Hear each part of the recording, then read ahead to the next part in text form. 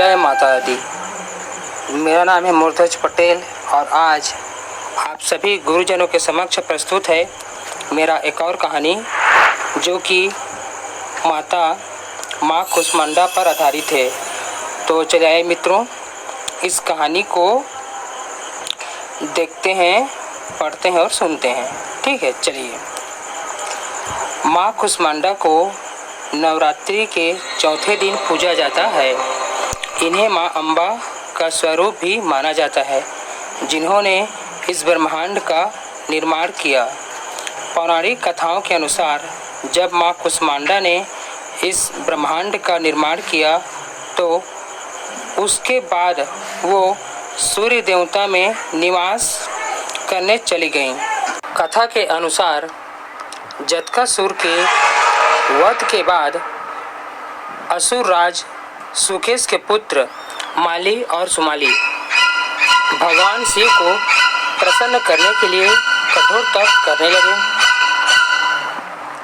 उनकी तपस्या इतनी तीव्र थी कि उनके शरीर से ऊर्जा और तेज निकलने लगा, जिससे पृथ्वी असामान्य रूप से चमकने लगी। यह देखकर सूर्यदेव चिंतित और उत्सुक हुए। नियम था कि कोई आकाशीय पिंड अपनी जगह छोड़कर पृथ्वी पर नहीं आ सकता, लेकिन जिज्ञासावश सूर्यदेव ने यह नियम तोड़ा और अपने स्थान से हटकर तपस्वी असुरों को देखने चले गए। उनकी इस लापरवाही से पूरा ब्रह्मांड अंधकार में डूब गया। गुरुत्व आकर्षण का संतुलन बिगड़ गया और सृष्टि का क्रम अस्त व्यस्त हो गया। लेकिन इससे सूर्यदेव को भी नुकसान पहुंचा और वो भी जीवनहीन हो गए। इससे ऋषि का क्रोध और भगवान शिव पर श्राप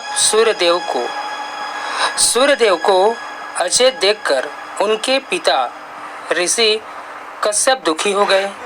उन्होंने इस परिस्थिति के लिए भगवान शिव को दोषी ठहराया और श्राप दिया कि जिस प्रकार आज आपने मेरे पुत्र को संकट में डाला है, एक दिन आप भी अपने ही पुत्र का वध करेंगे। भगवान शिव इस श्राप से अत्यंत व्याकुल हो उठे और उन्होंने पार्वती जी से इस संकट का समाधान करने की प्रार्थना की। देवी पार्वती को शिव ने स्मरण कराया। वे ही कुष्मांडा हैं, जो समस्त ऊर्जा और शक्ति की अधिष्ठात्री हैं और जिन्होंने इस समस्त ब्रह्मांड का निर्माण किया। इसके बाद उन्होंने अपने दिव्य तेज से सूर्यदेव को पुनर्जीवित किया और ब्रह्मांड को संतुलन प्रदान किया। इस घटना के बाद सूर्यदेव ने देवी कुष्मांडा से विनती की कि वे सदा सूर्यलोक में उनके केंद्र सूर्यासन पर विराजमान रहें। उनकी शक्ति ही सूर्य को तेजस्वी बनाए रखती है और उनकी प्रभा ही सूर्य की किरणों के माध्यम से संपूर्ण ब्रह्मांड को जीवन देती है।